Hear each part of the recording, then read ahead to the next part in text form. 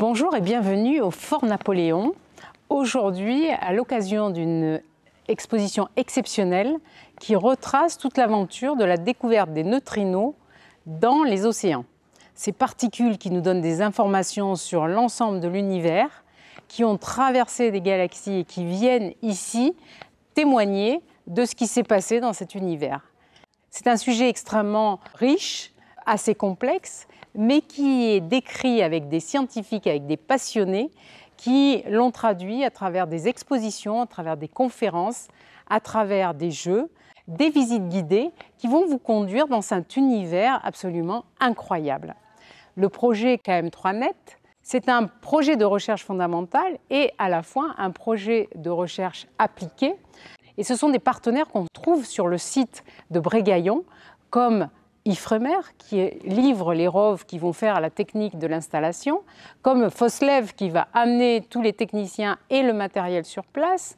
Nous avons aussi Orange Marine, qui est installé à la Seine-sur-Mer depuis 1836 et qui, à travers la fibre optique, résout toute la communication moderne, toute la téléphonie pour l'ensemble de la planète et qui vient de livrer le Sophie Germain, le nouveau bâtiment d'exploration marine qui va traverser le monde pour réparer ou installer de nouvelles connexions et des fibres optiques au fond des océans.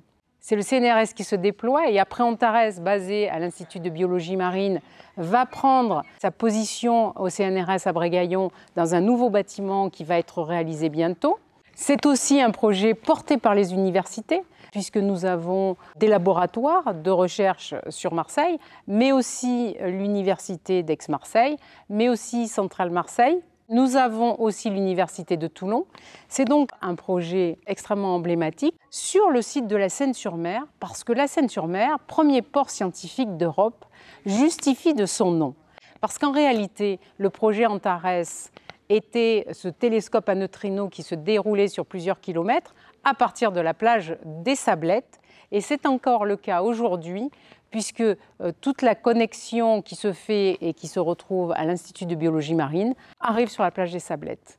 Donc c'est une grande fierté. C'est un projet qu'il faut découvrir absolument, que vous soyez grand ou petit. C'est un véritable enchantement, c'est une aventure dans le cosmos jusqu'aux abysses. Je vous invite à y venir, je vous souhaite une belle semaine et je vous dis à bientôt.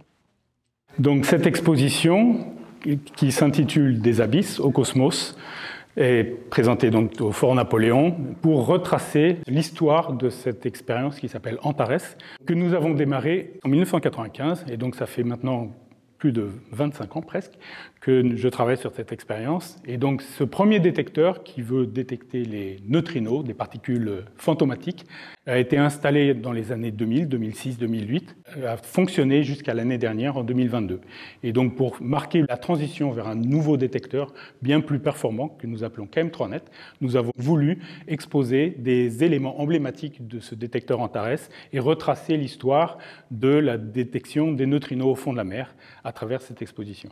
Nous avons voulu promouvoir bien sûr l'aspect scientifique, pourquoi nous faisons ces recherches, qu'est-ce que nous avons appris, mais aussi l'aspect technologique en présentant les problématiques de travailler au fond de la mer au niveau de la pression, de la corrosion, résistance des matériaux, etc., en faisant appel à tous nos partenaires industriels.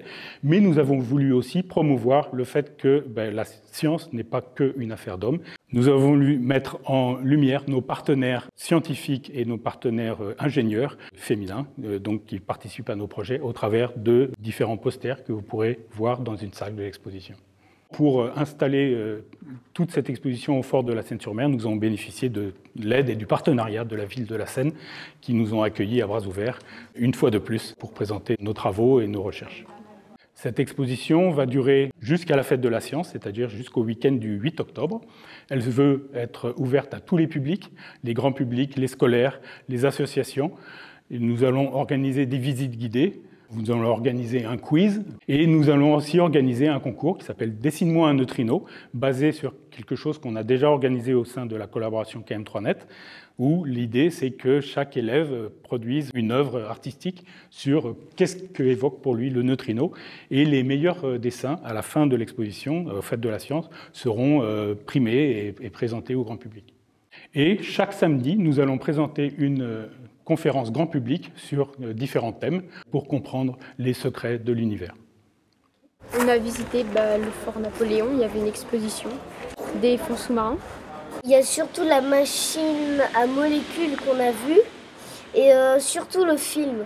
Le film, c'était ma partie préférée parce que il y avait aussi des écrans où il y avait des casques et il y avait à un moment donné une image que j'ai retrouvée dans le film et ça à la fin, tout à la fin et donc c'est vraiment le film qui m'a le plus plu. Il y avait une heure et aussi il y avait des affiches et un journal et des casques. Les maquettes des bateaux. Pourquoi? Parce que ça ressemblait au bateau de papa. Il y avait des câbles qui refaisaient ce qui était dans l'eau. Et moi, c'était le film. J'ai appris qu'il y avait une ligne qu'on devait mettre pour capter les neutrinos. On fabrique des machines pour les mettre dans l'eau et capter les particules. Comment on installait les câbles au fond de l'eau. Les instruments pour les particules, etc.